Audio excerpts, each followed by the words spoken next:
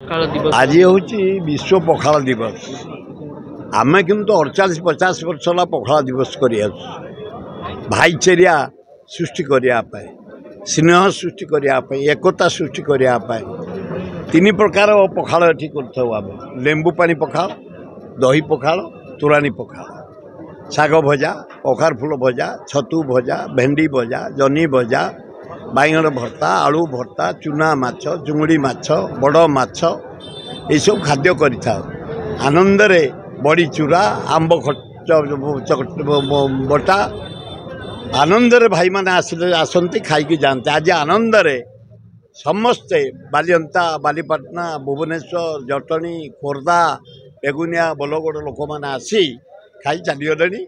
आउ 10% लोक अच्छा प्राय खाद्य भी सरीगला भाई मैंने भी खाई चलीगले।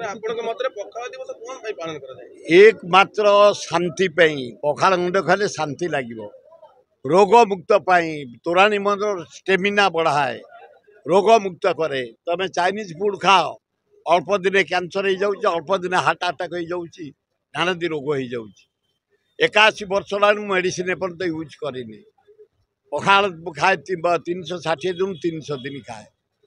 पखाल बाहर तो बहुत ता साथी तेल कम, मसला कम, जो भजा भजा भजी आपण मैंने खाइले खाऊंट अति कम तेल मसला देहपाई भल। आज सकाल आरंभ कर मंत्री, पूर्वतन मंत्री, विधायक गले। हाँ, श्रीकांत जेना आसते, जयदेव जेना आसते, प्रकाश जेना आसते, आमर किशोर जेना आसते, संतोष महांती आसते, शिवानंद राय आसते, छात्र कांग्रेस, युवा कांग्रेस, महिला कांग्रेस, सरपंच, चेयरमैन, कॉर्पोरेटर सबु श्रेणी लोक आसी खाई गले। आज होता 2000-2500 लोक अलरेडी 3000 खाए 2 थर भात तरकारी अधिक थाए जानी शुणी 3000 लोक 48 वर्ष भात 3 थर सीझला। आज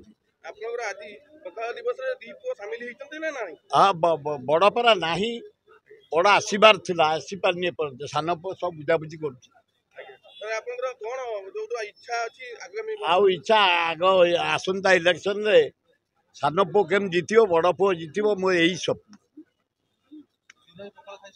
हाँ हाँ आप मीडिया मैंने कहले ना मुझे खाई न था बसैक से अलरेडी नहीं गले। बासी पखाल, माछ भजा, चूना माछ भजा, आउ छतु भजा, शाग भजा यही मोर प्रिय खाद्य।